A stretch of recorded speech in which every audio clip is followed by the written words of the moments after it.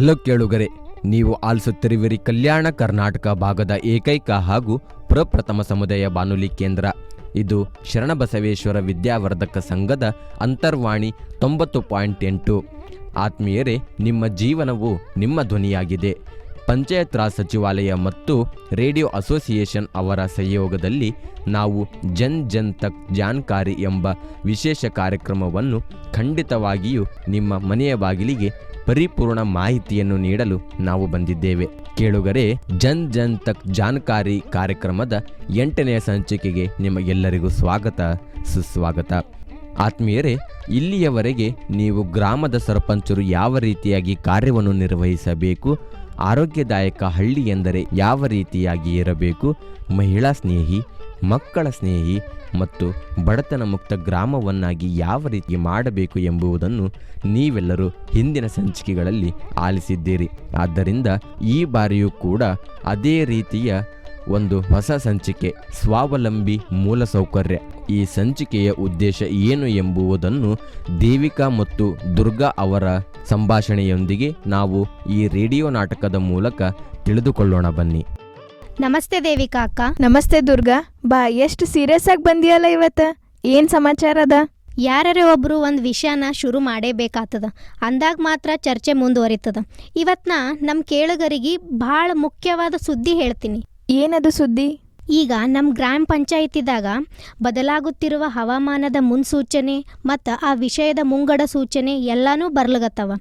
ಈಗ ಗ್ರಾಮದಾಗ ಮಳಿ ಯಾವಾಗ ಬರ್ತದ, ತಾಪಮಾನ ಹೆಂಗಿರ್ತದ, ಬಿರುಗಾಳಿ ಬೀಸ್ತದ, ಯಾವಾಗಿಲ್ಲ ಎಂಬುದನ್ನು ಎಲ್ಲನೂ ತಿಳ್ಕೊಳಗತ್ತೀವಿ. ಅದು ಹೆಂಗ?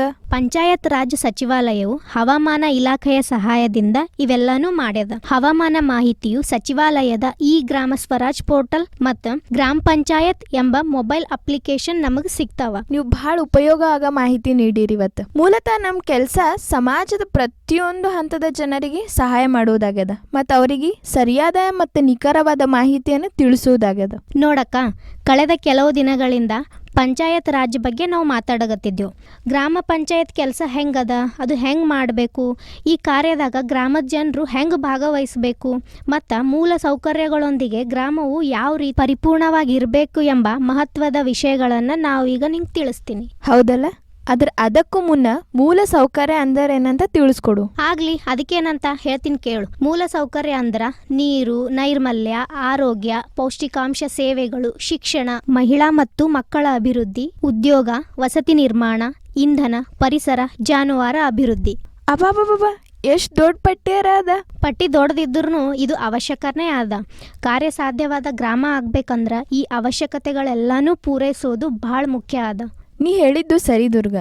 ಈಗ ನೀ ಹೇಳಿದ್ದೆಲ್ಲ ಕೇಳಿದ ಬಳಕ ನಂಗರ ಭಾಳ ಕುತೂಹಲ ಹೆಚ್ಚಾಲತ್ತದ. ಆದ್ರೆ ಇದು ನಮ್ಮ ಗ್ರಾಮದ ಅಭಿವೃದ್ಧಿ ಮೇಲೆ ಆಳವಾಗಿ ಪರಿಣಾಮ ಬೀರ್ತದೇನಿದು? ನಂಗೆ ತಿಳಿದಿರುವಂಗ ಮತ್ತು ತಜ್ಞರಿಂದ ನಾನು ತಿಳ್ಕೊಂಡಂಗ, ಒಂದು ಗ್ರಾಮವನ್ನ ಗುರಿಯಾಗಿ ಇಟ್ಟುಕೊಂಡು ಒಂದು ಮಾದರಿ ಗ್ರಾಮದಾಗ ಅದರ ಮೂಲ ಸೌಕರ್ಯಗಳು ಯಾವ ರೀತಿ ಇರಬೇಕಂದ್ರ ರಸ್ತೆಗಳು, ಮಾರ್ಗದೀಪಗಳು, ಶೌಚಾಲಯ, ನೀರು, ಬಸ್ ನಿಲ್ದಾಣ, ಅಂಗನವಾಡಿ ಕೇಂದ್ರ, ಚರಂಡಿಗಳು ಖಂಡಿತವಾಗಿಯೂ ಇರಲೇಬೇಕು. ಸರಿ ದುರ್ಗಾ, ನೀ ಹೇಳಿದ ಬಳಕ ಸ್ವಲ್ಪ ಈ ವಿಷಯಗಳು ನನ್ನ ಗಮನಕ್ಕೆ ಬಂದು. ಅದರಲ್ಲಿ ಬಡತನ ನಿರ್ಮೂಲನೆ ಮೊದಲ ಆದ್ಯತೆ ಆಗ್ಯದ. ಹೌದು, ಒಮ್ಮ ಬಡತನ ನಿರ್ಮೂಲನೆ ಆಯ್ತಂದ್ರ ಸಮಸ್ಯೆಗಳು ಪರಿಹಾರ ಆಗ್ತವ. ಜನರಿಗೆ ಹಣ ಯಾವಾಗ ಬರ್ತದ, ಅವ್ರಿಗೆ ಒಳ್ಳೆ ಆಹಾರನೂ ಸಿಗ್ತದ. ಹೌದು, ಮತ್ತು ಹಳ್ಳಿಯಲ್ಲಿ ಒಳ್ಳೆಯ ಶಾಲೆ ಇದ್ದರ ಮುಂದಿನ ಪೀಳಿಗೆಗಳಿಗೂ ಶಿಕ್ಷಣ ಸಿಗ್ತದ. ಹುಡುಗ ಹುಡುಗಿ ಇಬ್ಬರಿಗೂ ಸಮಾನ ನ್ಯಾಯ ಸಿಕ್ಕಾಗ ಮತ್ತು ಅದರ ಆಧಾರದ ಮೇಲೆ ಇಬ್ಬರಿಗೂ ಸಮಾನ ಹಕ್ಕು ಸಿಕ್ಕಾಗ ಅವರ ನಡುವಿನ ವ್ಯತ್ಯಾಸ ನಿಲ್ತದ. ಇದ್ರ ಜೊತೆಗೆ ಎಲ್ಲಾ ಜೀವಿಗಳಿಗೂ ನೀರು ಅತಿ ಅವಶ್ಯಕ ಆಗ್ಯದ. ಜನಗಳಿಗಾಗಲಿ ಜಾನುವಾರುಗಳಿಗಾಗಲಿ ನೀರು ಬೇಕೇ ಬೇಕು. ದೇವಿಕಾ ಅಕ್ಕ, ನೀವು ನಿಧಾನವಾಗಿ ಸರಿಯಾಗಿ ಎಲ್ಲಾ ಮೂಲಭೂತ ಮಾಹಿತಿಗಳನ್ನ ಪಡೆಯುತ್ತಿದ್ದೀರಿ. ದುರ್ಗಾ, ನೀ ಹೇಳ್ದಂಗ ಹಳ್ಳಿಯಲ್ಲಿ ಹೊಸತನ ಮತ್ತು ಸಂಪೂರ್ಣ ಉದ್ಯಮದ ಅಗತ್ಯ ಅದ. ಇಲ್ಲದಿದ್ದರ ಹಳ್ಳಿಯ ಪ್ರಗತಿ ಸಾಧಿಸುವುದಾದ್ರೆ ಹೆಂಗ? ಉದಾಹರಣೆಗೆ ನೋಡು ದೇವಿಕಾ ಅಕ್ಕ, ಹಳ್ಳ್ಯಾಗ ಒಬ್ಬ ಕಲಾವಿದ ಇರ್ತಾನ. ಈಗ ನಮ್ಮ ಹರಿ ತಾತ್ಯ ಚರ್ಮದ ಬೂಟುಗಳನ್ನು ಮಾಡ್ತಾನ. ಕಾಳಮ್ಮ ಮೌಶಿ ಹೆಂಗಸರ ಬಟ್ಟೆಗಳನ್ನು ಹೊಲಿತಾಳ. ಶೇವಂತ ಅಕ್ಕ ದೊಡ್ಡ ಹೂವಿನ ಹಾರಗಳನ್ನು ಮಾಡ್ತಾಳ. ಮತ್ತು ನಮ್ಮ ಕೇಶ ಮುಂಬೈನಲ್ಲಿ ವ್ಯಾಪಾರ ಮಾಡಕ್ಕೆ ಇಷ್ಟಪಡ್ತಾನ. ಇದು ಚಲೋ ಅದ ನೋಡು. ಅಂತಹ ಸಣ್ಣ ಕೈಗಾರಿಕೆಗಳನ್ನು ಪ್ರೋತ್ಸಾಹಿಸಬೇಕು. ಇದರಿಂದ ಹಳ್ಳಿಗೂ ಹಣ ಸಿಗ್ತದ, ಹಳ್ಳಿನೂ ಪ್ರಗತಿ ಕಾಣ್ಲಕ್ಕೆ ಸಹಾಯ ಆಗ್ತದ. ಜನರು ಒಬ್ರಿಗೊಬ್ರು ಪರಸ್ಪರ ಹೊಂದ್ಕೋಬೇಕು ಮತ್ತು ಸಹಕರಿಸಬೇಕು. ಅದ್ರ ದುರ್ಗಾ, ಈಗ ಹೇಳು, ಇದರಲ್ಲಿ ಗ್ರಾಮ ಪಂಚಾಯತ್ನ ಪಾತ್ರ ಏನದ? ಗ್ರಾಮವನ್ನು ಸ್ವಚ್ಛವಾಗಿ ಇಡ್ಬೇಕಂದ್ರ ಪಂಚಾಯಿತಿಯ ಪಾತ್ರ ಮೊದಲು ತಿಳ್ಕೊಳಂ. ಹಸಿ ಮತ್ತು ಒಣ ಕಸವನ್ನು ಬೇರೆ ಬೇರೆ ಮಾಡಬೇಕು. ಅದ್ರ ಮೂಲಕ ಗ್ರಾಮವನ್ನು ಸ್ವಚ್ಛವಾಗಿ ಇಡ್ಲಿಕ್ಕೆ ಗ್ರಾಮ ಪಂಚಾಯಿತಿಯು ಬಹಳ ಪ್ರಮುಖವಾದ ಪಾತ್ರವನ್ನು ನಿರ್ವಹಿಸ್ತದೆ. ಹಾಂ, ಸರಿ. ಪ್ರತಿ ಶಾಲೆ, ಅಂಗನವಾಡಿ ಮತ್ತು ಸಾರ್ವಜನಿಕ ಸ್ಥಳಗಳದಾಗ ಶೌಚಾಲಯಗಳು ಲಭ್ಯ ಇರ್ತದೋ ಇಲ್ಲೋ ಅಥವಾ ಅವು ಬಳಸಗತ್ತವೇನಿಲ್ಲ ಅಂತ ಪರೀಕ್ಷೆ ಮಾಡಬೇಕು. ಖರೆ ಅದ. ಸ್ಥಳೀಯ ಸಮಿತಿಯಿಂದ ಗ್ರಾಮದಾಗ ರಚಿಸಲಾದ ಆಸ್ತಿಯ ನಿರ್ವಹಣೆ ನೋಡ್ಕೋಬೇಕು. ಮೂಲ ಸೌಕರ್ಯ ಅಗತ್ಯಗಳನ್ನು ನಿರ್ಣಯಿಸಬೇಕು. ಹೌದು ನೋಡ್ ದುರ್ಗಾ. ಗ್ರಾಮದಾಗ ನೀರು ಮತ್ತು ಸ್ವಚ್ಛತೆಯ ಬಗ್ಗೆ ಅರಿವು ಮೂಡಿಸಬೇಕು. ಗ್ರಾಮಕ್ಕೆ ಯಾವ ರೀತಿಯ ಅಗತ್ಯಗಳವ ಎಂಬುದನ್ನು ಕಂಡುಹಿಡಿಬೇಕು. ದುರ್ಗಾ, ನೀ ಬಹಳಷ್ಟು ವಿಷಯಗಳನ್ನು ತಿಳಿದುಕೊಂಡಿದ್ದಿ. ಸರಿ, ಈಗ ಒಂದು ಒಳ್ಳೆ ಹಾಡು ಕೇಳುತ್ತಾ ಬಿಸಿ ಬಿಸಿ ಚಾ ಕುಡಿದು ಮತ್ತೆ ನಮ್ಮ ಮುಂದಿನ ಸಂಭಾಷಣೆಯನ್ನು ಮುಂದುವರಿಸೋಣ. ಗಿಲಗಿಲ್ಲ ಎತ್ತಿನ ಗಾಡಿ ಹೊಂಟೇವ ನಾವೆಲ್ಲ ಕೂಡಿ, ಬರ್ತೇವ ಜಾತ್ರೆಯ ಮಾಡಿ ಹೊಂಟೇವ ನಾವೆಲ್ಲ ಕೂಡಿ. ಗಿಲಗಿಲ್ಲ ಎತ್ತಿನ ಗಾಡಿ ಹೊಂಟೇವ ನಾವೆಲ್ಲ ಕೂಡಿ, ಬರ್ತೇವ ಜಾತ್ರೆಯ ಮಾಡಿ ಹೊಂಟೇವ ನಾವೆಲ್ಲ ಕೂಡಿ. ಅಲೆ ಅಲೆಲೆಲೆ ಅಲೆ ರಾಮ, ನಡಿ ನಡಿ ನಡಿ ಅಲೆ ಭೀಮ, ಅಲೆ ಅಲೆಲೆಲೆ ಅಲೆ ರಾಮ, ನಡಿ ನಡಿ ನಡಿ ಅಲೆ ಭೀಮ. ರಾಮ ನಿನಗ ಕವಡಿ, ಭೀಮ ನಿನಗ ಗುಂಜಿ. ರಾಮ ನಿನಗ ಕವಡಿ, ಭೀಮ ನಿನಗ ಗುಂಜಿ. ಗಿಲಗಿಲ್ಲ ಎತ್ತಿನ ಗಾಡಿ ಹೊಂಟೇವ ನಾವೆಲ್ಲ ಕೂಡಿ, ಬರ್ತೇವ ಜಾತ್ರೆಯ ಮಾಡಿ ಹೊಂಟೇವ ನಾವೆಲ್ಲ ಕೂಡಿ. ರೊಟ್ಟಿ ಬುತ್ತಿಯ ಕಟ್ಟಕೊಂಡು ಮಗು ಮಕ್ಕಳ ಕರಕೊಂಡು, ರೊಟ್ಟಿ ಬುತ್ತಿಯ ಕರಕೊಂಡು ಮಗು ಮಕ್ಕಳ ಕರಕೊಂಡು, ಜೋಡೆತ್ತಿನ ಹೊಡಕೊಂಡು ಎತ್ತಿನ ಗಾಡಿಯ ಹೊಡಕೊಂಡು, ಹೊಸ ರವಿಯ ತೊಟಕೊಂಡು ಎತ್ತಿನ ಗಾಡಿಯ ಹೊಡಕೊಂಡು.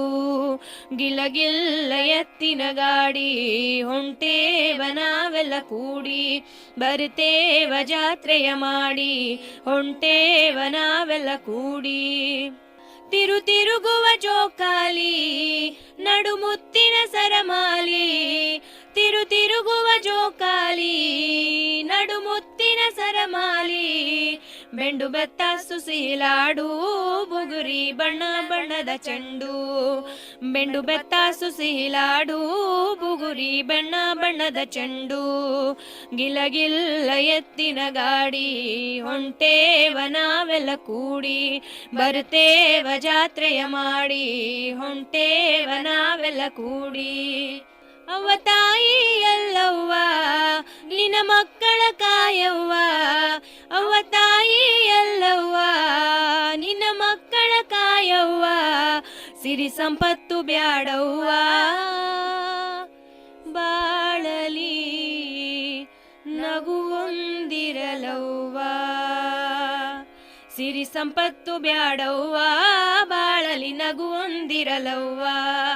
ಸಿರಿ ಸಂಪತ್ತು ಬ್ಯಾಡವ್ವ ಬಾಳಲಿ ನಗುವೊಂದಿರಲವ್ವ. ಗಿಲಗಿಲ್ಲ ಎತ್ತಿನ ಗಾಡಿ ಹೊಂಟೇವ ನಾವೆಲ್ಲ ಕೂಡಿ, ಬರ್ತೇವ ಜಾತ್ರೆಯ ಮಾಡಿ ಹೊಂಟೇವ ನಾವೆಲ್ಲ ಕೂಡಿ. ಅಲೆ ಅಲೆಲೆಲೆ ಅಲೆ ರಾಮ, ನಡಿ ನಡಿ ನಡಿ ಅಲೆ ಭೀಮ, ಅಲೆ ಅಲೆಲೆಲೆ ಅಲೆ ರಾಮ, ನಡಿ ನಡಿ ಅಲೆ ನಡಿ ಭೀಮ. ರಾಮ ನಿನಗ ಕವಡಿ, ಭೀಮ ನಿನಗ ಗುಂಜಿ. ರಾಮ ನಿನಗ ಕವಡಿ, ಭೀಮ ನಿನಗ ಗುಂಜಿ. ಗಿಲಗಿಲ್ಲ ಎತ್ತಿನ ಗಾಡಿ ಹೊಂಟೇವ ನಾವೆಲ್ಲ ಕೂಡಿ, ಬರ್ತೇವ ಜಾತ್ರೆಯ ಮಾಡಿ ಹೊಂಟೇವ ನಾವೆಲ್ಲ ಕೂಡಿ. ಬರ್ತೇವ ಜಾತ್ರೆಯ ಮಾಡಿ ಹೊಂಟೇವ ನಾವೆಲ್ಲ ಕೂಡಿ, ಹೊಂಟೇವ ನಾವೆಲ್ಲ ಕೂಡಿ, ಹೊಂಟೇವ ನಾವೆಲ್ಲ ಕೂಡಿ. ಆಹಾ, ಹಾಡು ತುಂಬ ಚೆನ್ನಾಗಿತ್ತು. ಅದರಷ್ಟೇ ಚಾವು ಚೆನ್ನಾಗಿತ್ತು. ದುರ್ಗಾ, ನೀಯರ ಭಾಳ ಹೊಸ ಹೊಸ ವಿಷಯಗಳನ್ನ ನಮಗೆ ತಿಳಿಸಿ ಅರಿವು ಮತ್ತು ಉತ್ಸಾಹ ತುಂಬಿದಿ. ಈಗ ಹೇಳು, ನಿಂಗೆ ಇಷ್ಟೆಲ್ಲ ಮಾಹಿತಿ ಹೆಂಗೆ ಸಿಕ್ಕಿತು? ಈ ಎಲ್ಲ ಮಾಹಿತಿಗಳು ನನ್ನ ಸರ್ಪಂಚ್ ಸ್ನೇಹಿತೆ ತಿಳಿಸಿಕೊಟ್ಟಾಳ. ದುರ್ಗಾ, ನಿನ್ನ ಸರ್ಪಂಚ್ ಇನ್ನೊಂದು ಹೆಚ್ಚಿನ ಮಾಹಿತಿನೂ ನೀಡ್ಯಾರಲ್ಲ, ನಮಗೂ ಒಂದಿಷ್ಟು ಹೇಳು. ಹಾ ಅಕ್ಕ, ಗ್ರಾಮದಾಗ ಮೂಲಭೂತ ಸೌಕರ್ಯಗಳು, ಸುಸಜ್ಜಿತ ರಸ್ತೆಗಳು, ಬೀದಿ ದೀಪಗಳು, ಪ್ರಾಥಮಿಕ ಆರೋಗ್ಯ ಕೇಂದ್ರ, ಜಾನುವಾರು ಅಭಿವೃದ್ಧಿ ಕೇಂದ್ರ, ಅಂಗನವಾಡಿ, ಸ್ಥಳೀಯ ಮಾರುಕಟ್ಟೆ, ಬಸ್ ನಿಲ್ದಾಣ, ನದಿಗೆ ಸೇತುವೆ ಯಾವ ರೀತಿ ಇರಬೇಕು ಅಂತ ತಿಳಿಸಿಕೊಟ್ಟಾಳ. ಹೌದು, ಇವು ಪ್ರಾಥಮಿಕ ಸೌಲಭ್ಯಗಳು. ಆದರೆ ಇವುಗಳನ್ನು ಹೊರತುಪಡಿಸಿ ಹಳ್ಳಿಯಲ್ಲಿ ಮತ್ತಿನ್ನೇನಿರಬೇಕು? ಆಟದ ಮೈದಾನಗಳಿದ್ದಂತೆ ಗ್ರಾಮಕ್ಕೆ ಎಲ್ಲ ಕಾಲಕ್ಕೆ ತಕ್ಕಂತೆ ಉತ್ತಮ ರಸ್ತೆಗಳಿರಬೇಕು, ಸೋಲಾರ್ ಪ್ಯಾನಲ್ಗಳಿರಬೇಕು, ಮತ್ತು ಪ್ರತಿ ಮನೆಗೂ ನಲ್ಲಿಗಳ ಮೂಲಕ ಕುಡಿಯುವ ನೀರು ಬರಬೇಕು. ಮತ್ತು ಒಂದು ಹಳ್ಳಿಯಲ್ಲಿ ಇದೆ ಅಂತ ಅನ್ಕೊಂಡ್ರ ಆಗ ಆ ಗ್ರಾಮ ಆದರ್ಶ ಮಾದರಿಯ ಗ್ರಾಮ ಆಗ್ತದ. ಹೌದೌದು, ಇದೇ ಒಂದು ಮಾದರಿ ಗ್ರಾಮ. ಹಾಗಾದ್ರೆ ಮಾದರಿ ಗ್ರಾಮವನ್ನು ಮಾಡುವಲ್ಲಿ ಗ್ರಾಮ ಪಂಚಾಯಿತಿಯ ಪಾತ್ರ ಏನದ? ಗ್ರಾಮ ಪಂಚಾಯತಿಯು ಬೇರೆ ಬೇರೆ ಯೋಜನೆಗಳನ್ನು ಜಾರಿಗೊಳಿಸಬೇಕು. ಉದಾಹರಣೆ ಅಂದ್ರೆ ಹಳ್ಳಿಗಳದಾಗ ಸಾರ್ವಜನಿಕ ಸ್ಥಳಗಳಲ್ಲಿ ನೀರು ಮತ್ತು ಶೌಚಾಲಯಗಳನ್ನು ಒದಗಿಸಬೇಕು, ಮತ್ತು ಸಾಕಷ್ಟು ಸಂಪನ್ಮೂಲಗಳನ್ನು ಒದಗಿಸುವುದು ಹಾಗೂ ಅಡುಗೆ ಮಾಡಲು ಇಂಧನಗಳನ್ನು ಒದಗಿಸುವುದು. ಚೆನ್ನಾಗದ ನೋಡು. ಅದರ ದುರ್ಗ, ಈಗ ಹೇಳು, ಸರ್ಕಾರ ನಮಗೆ ಯಾವ ರೀತಿ ಯೋಜನೆಗಳನ್ನು ಕೊಟ್ಟದ? ಪ್ರಧಾನಮಂತ್ರಿ ಗ್ರಾಮ ಸಡಕ್ ಯೋಜನೆ, ಜಲಜೀವನ್ ಮಿಷನ್, ಸ್ವಚ್ಛ ಭಾರತ್ ಮಿಷನ್, 15ನೇ ಹಣಕಾಸು ಆಯೋಗದ ಅನುದಾನ, ರಾಜ್ಯ ಹಣಕಾಸು ಆಯೋಗದ ಅನುದಾನ, ಸಂಪೂರ್ಣ ಅಭಿವೃದ್ಧಿ ಮತ್ತು ಇಂತಹ ಇನ್ನೆಷ್ಟೋ ಯೋಜನೆಗಳನ್ನು ಜಾರಿಗೊಳಿಸ್ಯಾವ. ಸರಿ, ಆದ್ರೆ ಈ ಎಲ್ಲದರಲ್ಲಿ ನಾವು ನಿಖರವಾಗಿ ಏನು ಸಹಾಯ ಮಾಡಬಹುದು? ಏನಂದ್ರ ಪೋಷಕರು, ಅಂಗನವಾಡಿ ಕಾರ್ಯಕರ್ತೆಯರು, ಕೃಷಿ ಅಧಿಕಾರಿಗಳು, ಶಿಕ್ಷಕರು, ಬ್ಯಾಂಕ್ ಉದ್ಯೋಗಿಗಳು, ಉದ್ಯೋಗ ಸೇವಕರು, NGOಗಳು, ಸಾಮಾಜಿಕ ಕಾರ್ಯಕರ್ತರು, ಗ್ರಾಮದ ಹಿರಿಯ ವ್ಯಕ್ತಿಗಳಿಂದ ನಾವು ಸಹಾಯವನ್ನು ಕೇಳಬಹುದು. ತಳಮಟ್ಟದ ಜನರನ್ನು ತಲುಪಲು ಪಂಚಾಯತ್ ರಾಜ್ಯ ಸಚಿವಾಲಯ ಗಮನ ಹರಿಸ್ತದೆ ಎಂದು ಖಚಿತವಾಗಿ ನಾವು ಹೇಳಬಹುದು. ದುರ್ಗಾ, ನೀ ಹೇಳೋದು ಅಕ್ಷರಶಃ ಸತ್ಯ ಅದ. ಇವೆಲ್ಲ ಸುಸ್ಥಿರ ತಳಮಟ್ಟದ ಅಭಿವೃದ್ಧಿಗೆ ಬಹಳ ಸಹಾಯಕ ಆಗ್ಯಾವ. ಈ ಮೂಲಭೂತ ಆಲೋಚನೆಗಳನ್ನು ನನ್ನ ಸರ್ಪಂಚ್ ಸ್ನೇಹಿತೆ ತಿಳಿಸಿಕೊಟ್ಟಾಳ. ಈಗ ಹೇಳು, ಕಂಚನಹಳ್ಳಿಯಲ್ಲಿ ಏನು ನಡ್ಲಿಗತ್ತದ? ನನಗೀಗ ಮಹಾತ್ಮ ಗಾಂಧೀಜಿಯವ್ರು ಹೇಳಿದ ಮಂತ್ರ ನೆನಪಾಗಲತ್ತದ ನೋಡು. ಇದರ ಅರ್ಥ ಏನಂದ್ರ ಮರಳಿ ಹಳ್ಳಿಗೆ ಹೋಗು ಎಂದು. ಆ ಸಮಯದಲ್ಲಿ ಗಾಂಧೀಜಿ ಭವಿಷ್ಯದ ಅಗತ್ಯವನ್ನು ಗುರುತಿಸಿದರು. ಹಳ್ಳಿಗಳು ಸಮೃದ್ಧವಾಗಿದ್ದರೆ ಮಾತ್ರ ದೇಶ ಅಭಿವೃದ್ಧಿ ಹೊಂದದ. ಅಕ್ಕ, ಹಳ್ಳಿಯ ಅಭಿವೃದ್ಧಿಗೆ ಸಂಬಂಧಪಟ್ಟಂಗ ಇನ್ನೂ ಒಂದಿಷ್ಟು ಸುವಿಚಾರಗಳು ನನ್ನ ತಲೆ ಒಳಗ ಈಗ ಹೊಳ್ಳಿಗತ್ತವ ನೋಡು. ಹೌದಾ? ಆ ಸುವಿಚಾರಗಳು ಯಾವ್ಯಾವು? ನಮಗೂ ಒಂದಿಷ್ಟು ತಿಳಿಸು. ನಮ್ಮ ಹಳ್ಳಿ ನಮಗೆ ಪ್ರಿಯ. ಈಗ ಸ್ವಾವಲಂಬನೆಯ ಘೋಷಣೆಯನ್ನು ನೀಡೋಣ. ನಾವು ಗ್ರಾಮದಲ್ಲಿ ಸೌಲಭ್ಯಗಳ ಜಾಲವನ್ನು ನಿರ್ಮಿಸುತ್ತೇವೆ. ಜಗತ್ತಿನಲ್ಲಿ ಅದೃಷ್ಟದ ಉದ್ಯಾನವೂ ಅರಳುತ್ತದೆ. ಒಗ್ಗಟ್ಟಿನಿಂದ ಕೆಲಸ ಮಾಡುವುದರಿಂದ ಗ್ರಾಮದ ಅಭಿವೃದ್ಧಿ ಸಾಧ್ಯ. ಸಕಲ ಸೌಕರ್ಯಗಳಿರುವ ನಮ್ಮ ಹಳ್ಳಿಯೇ ನಮಗೆ ಚೆಲುವು. ವಾವ್, ಎಷ್ಟು ಚಲೋ ಹೇಳ್ದಿಯಲ್ಲ. ಈ ಘೋಷವಾಕ್ಯ ಗ್ರಾಮದ ಜನರ ಉತ್ಸಾಹವನ್ನು ಹೆಚ್ಚಿಸ್ತದ ಎನ್ನುವುದ್ರದಾಗ ಎರಡು ಮಾತೇ ಇಲ್ಲ. ದೇವಿಕಾ ಅಕ್ಕ, ಇನ್ನೊಂದು ಮಾತು ಹೇಳ್ತೀನಿ ಕೇಳು. ಪಂಚಾಯತ್ ರಾಜ್ಯ ಸಚಿವಾಲಯದ ಮೂಲಕ ಗ್ರಾಮದ ಅಭಿವೃದ್ಧಿಗೆ ಒಂದಿಷ್ಟು ಕೆಲಸಗಳನ್ನು ಮಾಡಗತ್ತಾರ. ಆದ್ರೆ ಕೆಲವೊಮ್ಮೆ ಅವು ನಮಗೆ ತಲುಪೋದೇ ಇಲ್ಲ. ಹಾಂ ದುರ್ಗಾ, ನೀ ಬಂದಿದ್ದೀಯಂತೆ ನಮಗೆಲ್ಲ ಇಷ್ಟೊಂದು ಮಾಹಿತಿ ಸಿಕ್ಕಿತು.